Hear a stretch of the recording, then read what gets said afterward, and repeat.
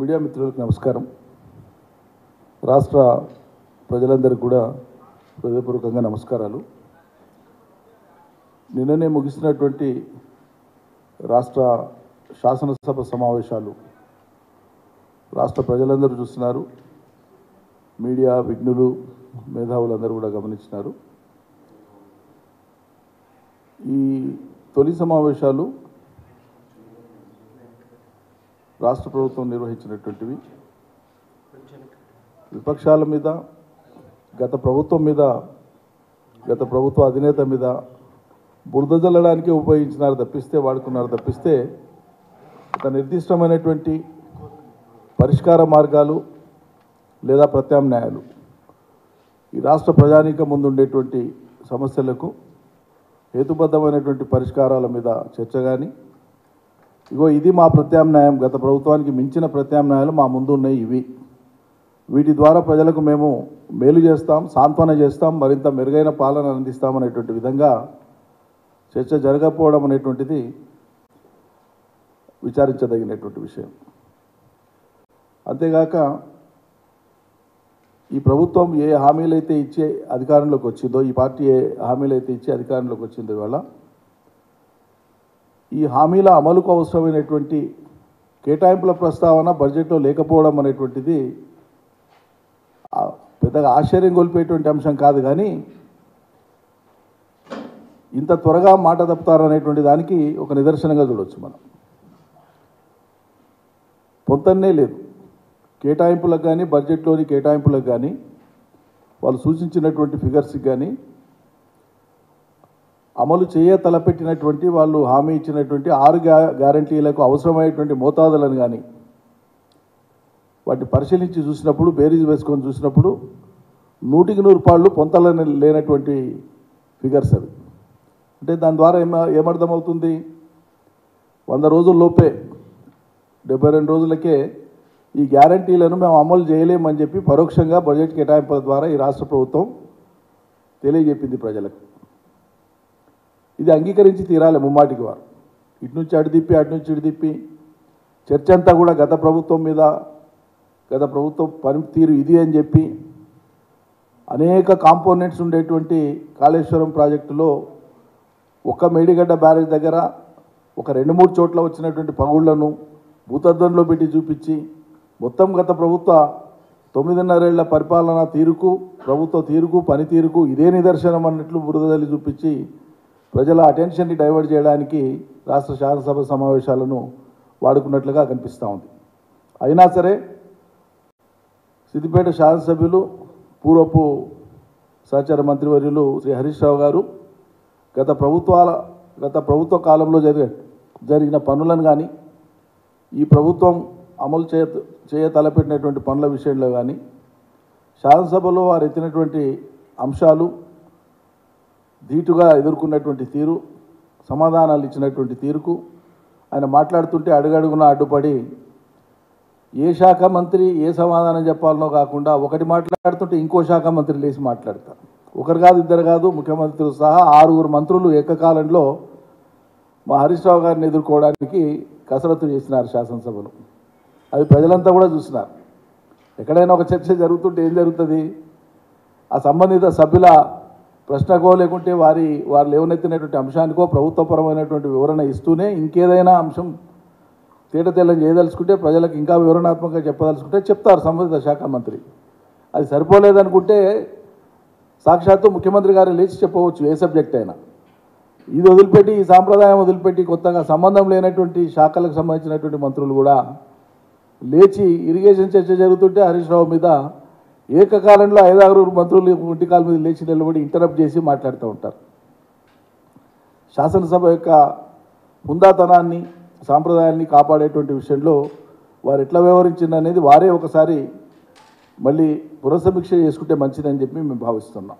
అంతకుమించి ఆ సభల తీరు మీద ఎక్కువ మాట్లాడడం సబబు కాదనుకుంటూ, ఇవాళ మనం చూడాల్సింది ఒకటే, ఈ పొంతనలేని విధంగా వచ్చినటువంటి ఈ బడ్జెట్ కేటాయింపుల మూలంగా ఏం జరగనున్నది రేపు. ఎందుకంటే 15 మాసాల కింద హిమాచల్ ప్రదేశ్లో 10 గ్యారంటీలు ఇచ్చే అధికారంలోకి వచ్చింది కాంగ్రెస్ పార్టీ. ఒక 8 మాసాల కింద 5 గ్యారంటీలు ఇచ్చి కర్ణాటకలో అధికారంలోకి వచ్చింది కాంగ్రెస్ పార్టీ. 72 రోజుల క్రితం 6 గ్యారంటీలు ఇచ్చి తెలంగాణలో అధికారంలోకి వచ్చింది కాంగ్రెస్ పార్టీ. హిమాచల్ నుంచి మొదలు పెడితే 15, ఇప్పుడంటే ఇక్కడ ఇంకా మేము చెప్పిన 3 నెలలు కాలేదు కదా అంటారు. మరి హిమాచల్ ప్రదేశ్లో 15 మాసాలు అయింది అధికారంలోకి వచ్చి. మీరు ఇచ్చినటువంటి 10 హామీలు అమలు అయితలేవు అని చెప్పి హిమాచల్ ప్రదేశ్లో అక్కడ ఉండేటువంటి విపక్ష పార్టీ బీజేపీ వాళ్ళు ఆందోళన చేస్తున్నారు. ఇది హిమాచల్ ప్రదేశ్లో జరుగుతున్నటువంటి ప్రత్యక్షంగా ప్రజలు సరే రోడ్ల మీదకి వచ్చారు. అక్కడ ఉండేటువంటి ప్రతిపక్ష పార్టీ బీజేపీ వాళ్ళు ఆందోళన చేస్తుంది కాంగ్రెస్ పార్టీ ఇచ్చినటువంటి 10 హామీలు ఏమైనాయని. అదేవిధంగా కర్ణాటకలో 5 హామీలకు సంబంధించి కూడా అక్కడ బీజేపీ ఆందోళన చేస్తుంది. మంచిదే. దురదృష్టవశాత్తు అదే బీజేపీ మరి ఈ రాష్ట్రంలో, తెలంగాణ రాష్ట్రంలో ఈ కాంగ్రెస్ పార్టీ అయినటువంటి విషయాలలో ఎందుకు మాట్లాడతలేదో అర్థం కావట్లేదు. మరి ఇక్కడ కాంగ్రెస్ భారతీయ కాంగ్రెస్ అయిందా, లేకుంటే బీజేపీ ఇండియన్ నేషనల్ బీజేపీ అయిందా? ఆ 2 పార్టీల వాళ్ళు ప్రజలకు సమాధానం చెప్పాలి. ఒక్కో రాష్ట్రంలో లాగా ఎట్లా వ్యవహరిస్తారు వీళ్ళు?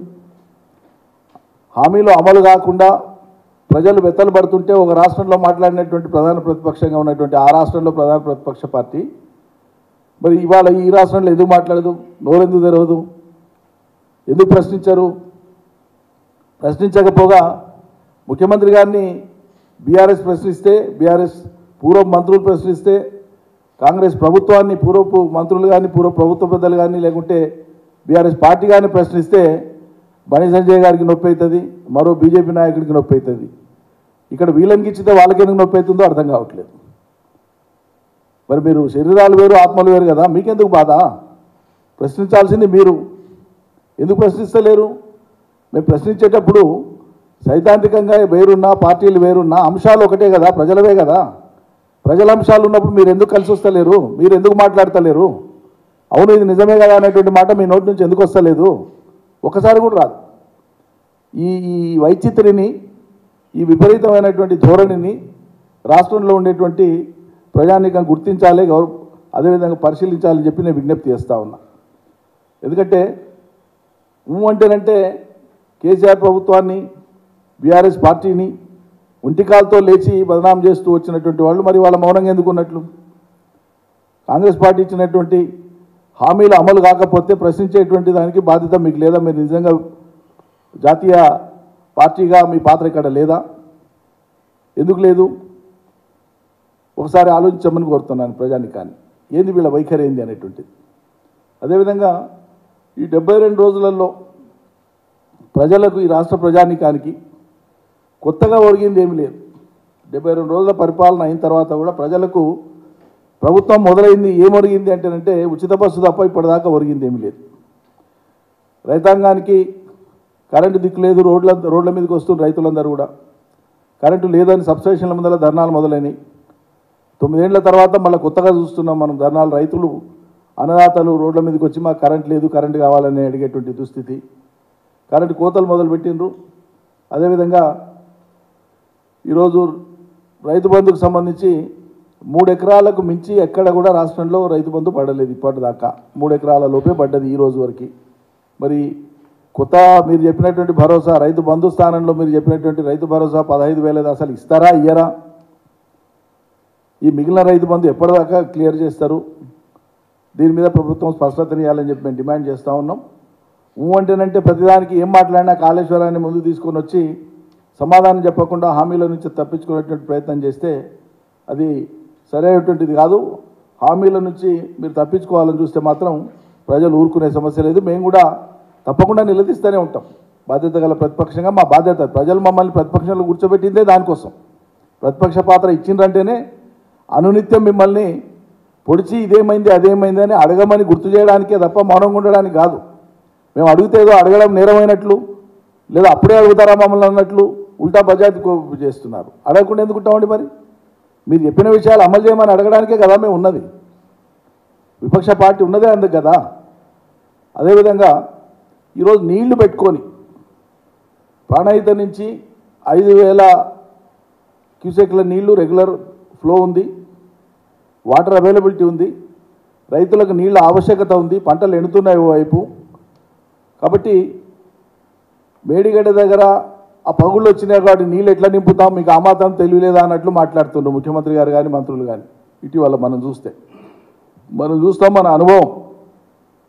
అది చెరువు కానీ చిన్నపాటి రిజర్వాయర్ కానీ ఇంకేది కానీ ఏ రకమైన ప్రమాదం సంభవించినా చెరువులు కుంటలు అనేటువంటివి గండ్లు పడి తెగిపోతుంటాయి. అప్పుడప్పుడు గణజీమల రంధ్రాలు చేసినా, ఎండకచ్చల రంధ్రాలు చేసినా, చెట్ల వేర్లు పోయి లోపల కుంటలకు చెరువుల కట్టలకు ఉండేటువంటి భాగాన్ని కొంత చిద్రం చేసినా మెల్లమెల్లగా ఉసిలి గండ్లు పడతాయి. సర్వసాధారణం అది. అటువంటిప్పుడు ఏం చేస్తారు, పర్మనెంట్ మరమ్మతు అయ్యేదాకా రైతాంగానికి ఇబ్బంది కావద్దని గండిపడ్డ ప్రాంతంలో అర్ధచంద్రాకారంలో కట్ట వేస్తారు. ఇది ఆనవాయితీ. ఎక్కడైనా సరే అర్ధచంద్రాకారంలో కట్ట వేసి తాత్కాలిక ఏర్పాటు చేసి నీళ్ళు ఇచ్చి తర్వాత వెసులుబాటు ఉన్నప్పుడు కంప్లీట్ రిపేర్స్ చేస్తారు. ఇది ఎక్కడైనా జరిగేటువంటి పని, ఏడైనా జరిగే పని. ఇంజనీర్లు అడిగితే చెప్తారు పర్మనెంట్ రిపేర్ ఎట్ట చేయాలో చేద్దాం, లేదు దీని మీద ఏ స్థాయిలో ఎవరి చేత ప్రపంచ నిపుణుల చేత మీరు విచారణ చేయించి చర్యలు తీసుకునే స్వేచ్ఛ మీకుంది, ప్రభుత్వం తీసుకోండి, అది ఆ పని జరగనియండి, ఎవడొద్దన్నాడు. కానీ ఈ లోపల రైతులకు నీళ్ళు ఇచ్చే పని ఎందుకు మాట్లాడరు? రైతులకు నీళ్ళు ఇచ్చే ఏర్పాటు చేసి మీరు చేసుకునే విచారణ చేయండి. నిజంగా తప్పు జరిగింది అనుకుంటేనంటే శిక్షార్హులు ఎవరో వాళ్ళకి శిక్ష పడని, ఎవ్వరు అడ్డొచ్చేది లేదు. మేమే చెప్పినాం కదా, శాసనసభలోనే అంగీకరించింది కదా, వీఆర్ రెడీ. మీరు జ్యుడిషియల్ కమిషన్ వేస్తారా, ఇంకే రకమైన కమిషన్ ఇస్తారా, ఎక్స్పర్ట్ ఇంజనీర్స్తో ఇస్తారా, సిడబ్ల్యూసి రిటైర్డ్ ఇంజనీర్స్తో ఇస్తారా, ప్రజెంట్ ఇంజనీర్స్తో ఇస్తారా, ఏ రకమైన విచారణ చేస్తారో మీరు చేసుకోండి, ఏమైనా చేయండి. రైతాంగానికి నీళ్ళు ఇచ్చేటువంటి కాడ ఈ కారణాలు చూపించి పంటలు ఎండగొట్టే పని చేయవద్దు. అది మేము చేసేటువంటి విజ్ఞప్తి అనుకోండి, డిమాండ్ అనుకోండి. కాబట్టి ఖచ్చితంగా నీళ్ళు ఇవ్వాలి కాళేశ్వరం ద్వారా. ఇవాళ చివరి ఆయకట్టు దాకా ఇవాళ భువనగిరి ఆలేరుకు నీళ్ళు వచ్చేటువంటి బసవాపూర్ రిజర్వాయర్ కంప్లీట్ అయి ఉంది. పోయిన సీజన్లో కొద్దిపాటి నీళ్ళని దాంట్లో వాన నీళ్ళు కానీ కొన్ని వదిలిన నీళ్ళు కానీ కొండపోచం నుంచి వదిలిన నీళ్ళు కానీ అక్కడ కొంత ఇంపౌండ్ అయి ఉన్నాయి. ఇప్పుడు దాన్ని నింపుకునే అవకాశం ఉంది. దుర్భిక్ష ప్రాంతాలు అవన్నీ కూడా ఎప్పటి నుంచో నీళ్ళకి ఎదురు చూస్తుంది రైతాంగం. కాబట్టి కాళేశ్వరం కింద ఉండేటువంటి టోటల్ సర్క్యూట్ అంతా కూడా, దానికి ఉండేటువంటి టోటల్ సిస్టమ్ అంతా కూడా వాడుకోవడానికి అవకాశం ఉంది. అన్ని రిజర్వాయర్లను వాడుకొని అన్ని కాలువలు, అన్ని టనల్స్ను, అన్ని పంప్ హౌస్లను వాడుకునే వెసులుబాటు ఉంది. ఇప్పుడు ఎంత అవకాశం ఉంటే అంత వాడి ఇవ్వగలిగిన నీళ్ళు ఇప్పుడు ఇచ్చి రేపు వానాకాలానికి సంపూర్ణంగా వాడుకునేటట్లుగా చర్యలు తీసుకోవాలని చెప్పి మేము డిమాండ్ చేస్తూ ఉన్నాం. అదేవిధంగా ఈ కేసీఆర్ కిట్లు కానీ సంక్షేమానికి సంబంధించి న్యూట్రిషన్ కిట్లు కానీ ఇవన్నీ అయిపోయినాయి, ఇస్తలేరు. ఇవి కొనసాగిస్తారా, ఇస్తారా, ఇవ్వరా? ప్రభుత్వం స్పష్టత ఇవ్వాలి. మీరు పేరు మార్చుకుంటారా, అదే పేరుతో ఇస్తారా, అది మీ ఇష్టం. కానీ అందవలసినటువంటిది బాలింతలకు అందవలసినటువంటి కేసీఆర్ కిట్లు కానీ పౌష్టికాహారం కానీ ఇవి ఇస్తారా లేదా వెంటనే స్పష్టత ఇవ్వాలి. దీంతోపాటు మీరు కొత్తగా ఒక మెడికల్ కళాశాల కొడంగల్కి పెడితే మేము హర్షిస్తాం, సంతోషిస్తాం. వెనుకబడిన ప్రాంతం కొడంగల్, అది కొత్తగా పెట్టండి. కానీ ఆలేరులో ఉన్న తీసుకొని పోయి నేను కొడంగల్లో పెడతా అంటే దానికి మీరే కావాలి నా నుంచి ఎత్తుకపోయిడ పెట్టడానికి? ఈ గొప్పతనానికి మీకు ఈ గొప్పతనానికేనా మీరు ఉన్నది? కొత్త ఒకటి మంజూరు చేసుకొని పెట్టండి, ఎవరొద్దన్నారు? తప్పకుండా సంతోషిస్తాం. పూర్వ మహబూబ్నగర్ జిల్లాలో అటు కర్ణాటక బార్డర్లో ఉండి వెనుకబాటు గురైంది. ఇప్పుడున్న ముఖ్యమంత్రి గారు సాక్షాత్ గతంలో 2 సార్లు ఎమ్మెల్యేగా ప్రాతినిధ్యం వహించారు. ఏమన్నాడంటే ఎవరు సహకరించలేని డెవలప్మెంట్ చేయలే అప్పుడు అన్నారు. మంచిదే, సంతోషం, ఇప్పుడు అవకాశం వచ్చింది చేయండి, ఎవడొద్దు అన్నాడు. మళ్ళీ ఆలేరులో ఉన్న తీసుకుపోయాడ పెడితే మళ్ళీ ఆలేరు వాళ్ళకి అవసరం లేదా? కాబట్టి ఆ ఆలోచన విరమించి మీరు సొంతంగా అక్కడ మెడికల్ కాలేజ్ కాకపోతే ఇంకా అనేక విద్యా సంస్థలు తీసుకురండి, హర్షిస్తాం, సంతోషిస్తాం. కానీ ఆలేరులో ఉన్నటువంటిది మాత్రం షిఫ్ట్ చేయడానికి మేము అంగీకరించాం. అది సరైనది కాదు. ఆలేరు ప్రాంత ప్రజలు వాళ్ళ నోరు కొట్టి తీసుకుపోయి ఇంకోరికి వాళ్ళని ఎవరు కోరుకోరు కదా. అందువల్ల చేతనైతే కొత్త మెడికల్ కళాశాలను కొడంగల్కు మంజూరు చేయాలి, ఉన్నటువంటి దాన్ని షిఫ్ట్ చేయవద్దు. అది మేము డిమాండ్ చేస్తూ ఉన్నాం. అదేవిధంగా మీరందరూ కూడా చూస్తున్నారు, కొన్నిసార్లు కొంచెం ఇబ్బంది అనిపిస్తుంది, బాధ అనిపిస్తుంది. ఏమైనా అనాలంటేనే వాళ్ళు సీనియర్లు ప్రభుత్వంలో ఉన్నారు, మమ్మల్ని అంటారా వీళ్ళు అనే ఒక ఆక్రోశానికి గురవుతారు. కనీసం విషయాలు మాట్లాడేటప్పుడు సభలో కానీ బయట కానీ వాళ్ళు they are representing the government, they are government representatives, ప్రభుత్వ బాధ్యులు వాళ్ళు. సమాజంలో బయట విఘ్నులు ఉంటారు, మీడియా ఉంటుంది, ఆలోచన పరులు ఉంటారు, అంతా ఏమేరు కానీ లోకమే కాదు కదా. ఒక్కొక్క అంశాన్ని పరికించి బేరీజ్ వేసి విశ్లేషణ చేసుకొని ఆలోచించే ప్రజలు ఉంటారు సమాజంలో. ఒక మంత్రి గారు సాక్షాత్తు నీటిపారుదల మంత్రి గారు మాట్లాడతారు. సరళసాగర్ అని ఉంటుంది వనపర్తి జిల్లాలో, first siphon system in the Asia, మొత్తం ఆసియాలోనే. నేను నిన్న ప్రకటన కూడా విడుదల చేసిన, మీరు కవర్ చేశాను. ఆయన ఏం మాట్లాడతారు, నిజాం కట్టిండని మాట్లాడతారు. నిజాంకు సరళసాగర్కు సంబంధమే లేదు. ఇంకో విషయం నేను గుర్తు చేస్తున్నా ఉత్తమ్ కుమార్ రెడ్డి గారికి, ఆయన తెలియదు, మర్చిపోయిందా మరి ఎందుకు మాట్లాడిందో తెలియదు. ఎవరి పేరు మీద అయితే ఆ ప్రాజెక్టు కట్టబడిందో సరళమ్మ అని, మా రాయసాబ్ తల్లి ఆమె, వనపర్తి రాజు తల్లి. ఆ సరళమ్మ ఎవరు అంటే నడిగూడెం దొరసాని. నడిగూడెం దొరసాని వాళ్ళు మళ్ళీ ఉత్తమ్ కుమార్ రెడ్డి గారికి బంధువులే. మళ్ళీ బంధుత్వం మర్చిపోయిందా లేకుంటే ఏం మర్చిపోయిందో తెలియదు. కానీ మాట్లాడేటప్పుడు ఓ ప్రాజెక్టు గురించి మాట్లాడేటప్పుడు తెలుసుకొని మాట్లాడాలి కదా. ఎంత తేలికగా మాట్లాడితే ఎట్లా? నిజాం కట్టలే, అది నేను క్లారిఫై చేసినాం. వనపర్తి సంస్థానాధీశులు వాళ్ళ సంస్థాన ఖర్చుతో డబ్బుతో 35 లక్షలతో మొదలు పెడితే తర్వాతి కాలంలో దాన్ని ఆనాటి ఇరిగేషన్ మంత్రి ఆయన జేవి నరసింహరావు గారు తర్వాతి కాలంలో వచ్చి ఆయన దాన్ని ఇనాగ్రేట్ చేసినారు. అంటే ఉమ్మడి ఆంధ్రప్రదేశ్ ప్రభుత్వంలో పూర్తయింది. నిజాంకు సంబంధం లేదు, నిజాం అయిపోయింది అప్పటికే. 48 సెప్టెంబర్కే నిజాం పోయింది కదా. 48 సెప్టెంబర్కే నిజాం పోయినాక నిజాం తర్వాత మొదలైనటువంటి దాన్ని అది వాళ్ళ ఖర్చులతో మొదలుపెట్టింది వాళ్ళు. హైదరాబాద్ రాష్ట్రం ఏర్పడినాక కూడా, ఉమ్మడి ఆంధ్రప్రదేశ్ వచ్చినాక కూడా వాళ్ళ కమిట్మెంట్ అది. మా అమ్మ పేరు మీద మేము కడుతున్నాం అని చెప్పి సైఫోన్ కాలిఫోర్నియా ప్రాంతం నుంచి ఇంజనీర్లను తీసుకొని వచ్చి సర్వే చేయించి కట్టినారు. అది అద్భుతమైన ప్రాజెక్ట్ అది. అది కూడా ఈ మధ్యకాలంలో 2 ఏళ్ల క్రితము నీళ్లు నిండక చాలా ఏళ్ళు అయిపోయి కరువు కాటకాలతోనూ మేము కేఎల్ఐ నుంచి మొదటిసారి నింపినాక నీళ్లు అదేమైందంటే నిండే వరకు ఆ కట్టకు ఎండ్రికాయలు గండు జీమాలు అవి రంధ్రాలు పెట్టి చిన్నగా ఉసిలింది. నీళ్లు నిండే వరకు రైతులందరూ వచ్చి ఆనందంగా నిండిన నీళ్ళని చూస్తూ ఉన్నారు. శంకరంపేట అని ఉంటుంది కొత్తకోట మండలం, ఇప్పుడు మదనాపురం మండలంలో వస్తుంది. చాలా ఏళ్ళకి నీళ్ళు వస్తే ఊరు పోయి నీళ్లు చూస్తూ ఉన్నారు. ఈ లోపల కింద ఉసిలేది కనిపించింది. అరే నీళ్ళు ఉసులుతున్నాయి, గండి పడుతుందని రైతులు మాట్లాడుకునే లోపల ఇంత ఉన్న గండికి ఇంత అయిపోయి గంటన్నర లోపల గండి పడి తెగిపోయింది. తర్వాత ఇంజనీర్లను దబ్బాయి అసలు ఏం జరిగింది దీనికి అని చెప్పి వాళ్ళు పరిశీలన చేస్తే మరి అప్పుడు కట్టింది కదా, రాజులు కట్టింది, మరి తెగిపోయాయి. ఎందుకు తెగిపోయాయి? ఇప్పుడు ఆ రాజులను అడుగుదామా ఎట్లా తెగిపోయాయి? కాలగమనంలో మెయింటెనెన్స్ లేకనో అనేక కారణాల చేతనో నీళ్లు ఒట్టిపోయో ఉంటే ఏమవుతుందంటే వాటి మీద చెట్లు మొలుస్తాయి, కట్టల మీద. ఆ చెట్ల యొక్క వేర్లు బాకుతాయి. ఆ వేర్లు వెంబడి గండుజిమాలు పోతాయి, వెంట్రుకచ్చలు పోతాయి. లోపల కట్టలో అంతర్భాగంలో అనేక రకాల రంధ్రాలు పడతాయి. ఒక్కసారి నీళ్ళు వచ్చినాయంటే, మెల్లిగా నీళ్లు ఉసిలినాయంటే ఇమీడియట్గా అవి గండ్లు పడడానికి అవకాశం ఉంటుంది. అందుకే చెరువులు కుంటలు తొలాటిన నీళ్ళు వచ్చినప్పుడు నీరైట్ కాళ్ళని ఉండేటువంటి వాళ్ళు ఎక్కడ చిన్న ఉసులుబాటు ఉంటే లోపల దిగి అవన్నీ కూడా తొక్కేవాళ్ళు. అట్లా ఈ సరళసాగర్ అనేటువంటిది దాన్ని కూడా అది నిజాములు కట్టింది కాదు అని చెప్పి నేను మనవి చేస్తా ఉన్నా. నేను వారిని తప్పడతలేను. నేనేమంటా అంటే ఇంత క్యాజువల్గా మీరు ఎట్లుంటారు అని. మీ దృష్టి అంతా పోయిన ప్రభుత్వాన్ని తిట్టాలనేటువంటి దీంట్లో ఆ దుగ్ధతో విషయ పరిజ్ఞానం లేకుండా గాలికి ఏదో మాట్లాడేటువంటి పద్ధతి మంచిది కాదు. భవిష్యత్తులోనన్నా సర్దుకోవాలని.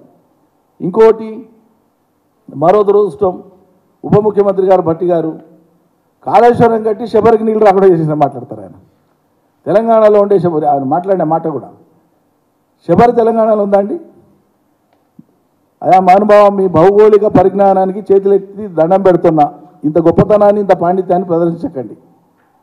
శబరి నది ఒరిస్సాలో పుట్టి ఒరిస్సా ఛత్తీస్గఢ్ 2 రాష్ట్రాల మధ్య దాదాపు 200 కిలోమీటర్ల పైచిలకు సరిహద్దును ఏర్పరుస్తూ కూనవరం దగ్గర పోయి గోదావరిలో కలుస్తుంది.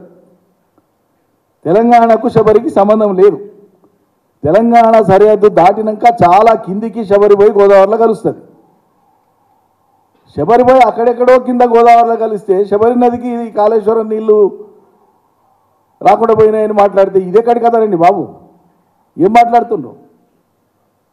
సరి చేసుకోండి, మీ అవగాహన సరి చేసుకోండి. అనుకోకుండా అయాచితంగా దొరికేటువంటి తప్పులు ఏమంటే వాటిని సరిదిద్దుకొని భవిష్యత్తులో ఇట్లా జరగకుండా చూసుకోవాలి. దీన్ని ఏం తెలియజేస్తుంది ఈ విషయాలు అంటే మీ ఫోకస్ అంతా ఒకటే, గత ప్రభుత్వం మీద ఎట్లా బురద చల్లాలనేటువంటి ఏకైక అజెండా పెట్టుకొని పోతున్నారు. కాబట్టి మీరు ఈ లోతైన పరిశీలన చేస్తలేరు. చిన్న విషయాలలో కూడా మీరు ఆ దృష్టిని సారిస్తలేరు. దయచేసి దృష్టి సారించమని మేము విజ్ఞప్తి చేస్తూ ఉన్నాం.